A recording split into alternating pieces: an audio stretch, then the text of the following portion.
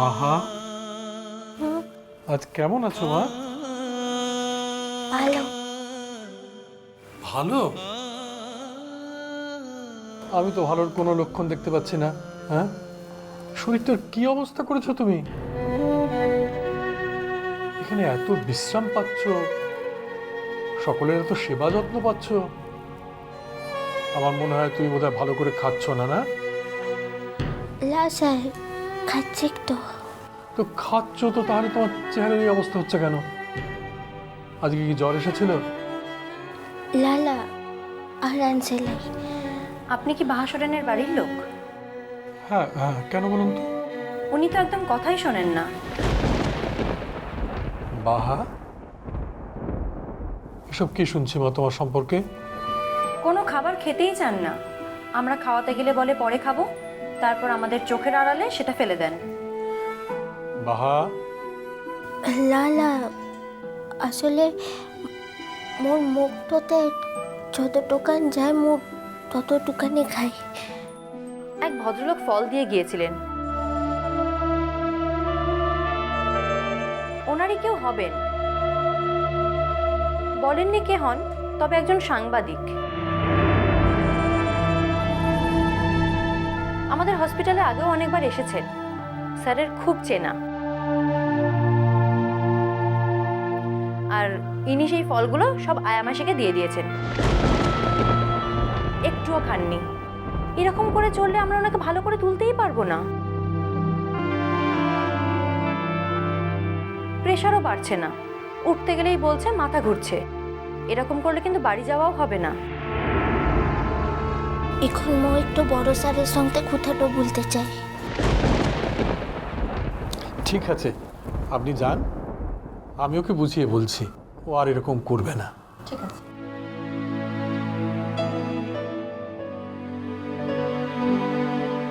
বাহা,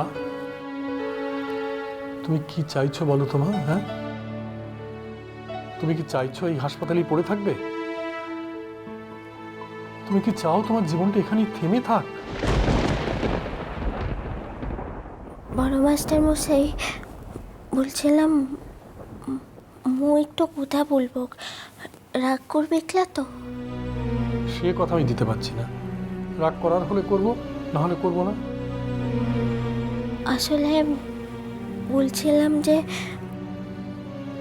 মু যে এতদিন ধরে হাসপাতালটাতে আনছে, মিলা তো খরচ হচ্ছে, মোর কাছকে কিছু টাকা আন। থাক থাক থাক থাক, তোমার খরচ তো কেউ ব্যক্তি মানুষ বহন করছে না, তোমার তো চিন্তা কিসের? খরচ তো গোটাটাই কলেজ স্পন্সর করছে। আর তোমার যে টাকাটা আছে সেটা তোমার কাছে রেখে দাও, ভবিষ্যতে কাজে লাগবে। ও নিয়ে তোমার এত চিন্তা করতে হবে না।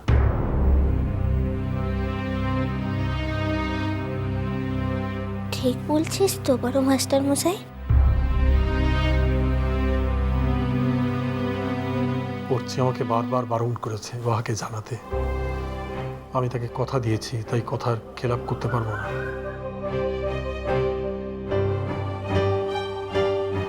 বড় মাস্টার মশাই, বড় মাস্টার মশাই, হ্যাঁ বলছি ঠিক বলছিস তো? হ্যাঁ হ্যাঁ, ঠিকই বলছি তো, কলেজ স্পন্সর করেছে তোমার খরচ। বলছিলাম তোমার শ্বশুর বাড়িতে কি কোনো খবর দেব? অন্তত সাজবাতিকে যদি বলি। লা বড় মাস্টার মশাই, ওদিকেরকে মো আর ব্যস্তটা করতে চাইলাম। তারপরে মু তো এখন ঠিক আনছিলা। কোথায়? আরে আজই শুধু জ্বর আসেনি, এখনো তো দেখতে হবে কয়েকদিন। বড় মাস্টার মশাই যদি এখন কাটোতে হাতটা দিয়ে তাপটা পরীক্ষা করে, তাহলে তো ধরাটা পড়ে যাব। জ্বরটাও সারুক, সেটা তো মো আর চাইলা। মো খাবারটাও খেতে চাইলা, ওষুধটাও লা। এখন যখন চেয়েছি যে মো মরেটা যাবক, তখন মরেটাই যাবক। বাহা, কি হয়েছে মা তোমার? চোখে জল কেন?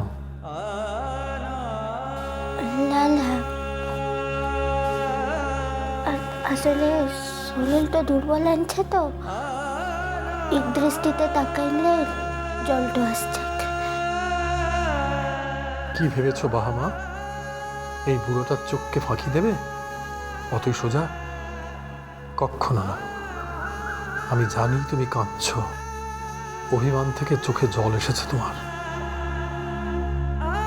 বড় মাস্টার মশাই, হ্যাঁ হ্যাঁ হ্যাঁ মা, বলো। বলছে মোর খরচটা দিবার লিখে তোর কাছকে কি কেউ ফোনটা করেছিল? আমার কাছে? কার ফোন করার কথা বলছো বলো তো? না, মানে মোর চিনা কেউ। অর্চি তো সবসময় খবর নেয়। এই তো এখন তো আসার সময় ওর সঙ্গে দেখা হলো। কোথাকে? নিচে দেখা হলো তো। ওর খুব তাড়া ছিল, তাই তাই তাইও নিচ থেকেই তোমার খোঁজ খবর নিয়ে চলে গেল। কাজের সময় কিনা এখন। ওর তো আজকাল মুখে লা দেখলেও চলে। তার লিখকে আনছেলাই বড় মাস্টার মশাই। সে এসেছিল তার ডিউটিটা করতে।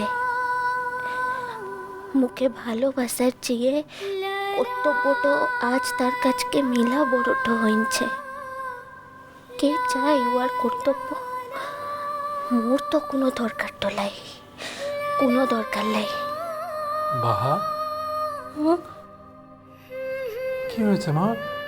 তোমার কি শরীরটা খারাপ লাগছে? না, মিলা ঘুমটা পেয়েছে। ও ঠিক আছে, তাহলে তুমি ঘুমো। হ্যাঁ, আমি এখন আসি। যত বিশ্রাম নেবে তত তাড়াতাড়ি শরীরটা সুস্থ হয়ে উঠবে। আমি আসি।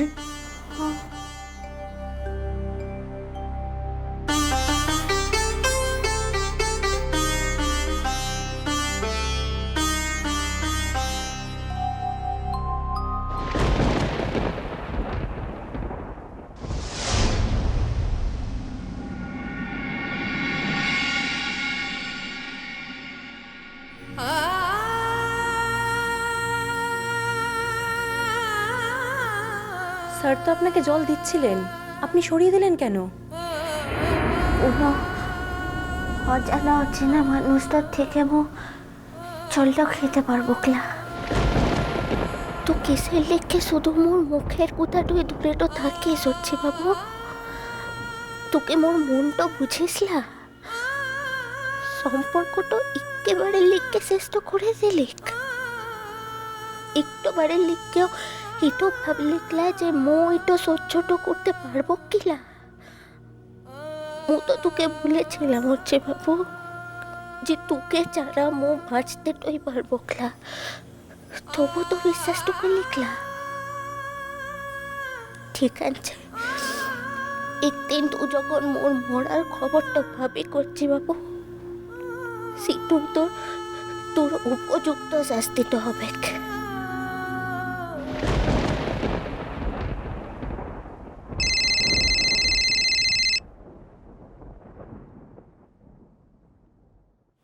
হ্যালো, কে? জয়া? দাদা?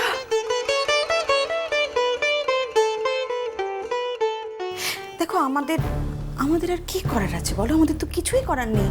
আমরা তো চেষ্টা করেছিলাম। কাউকে তো আর জোর করে টেনে হিঁচড়ে তার স্বামীর সঙ্গে ঘর করানো যায় না, না?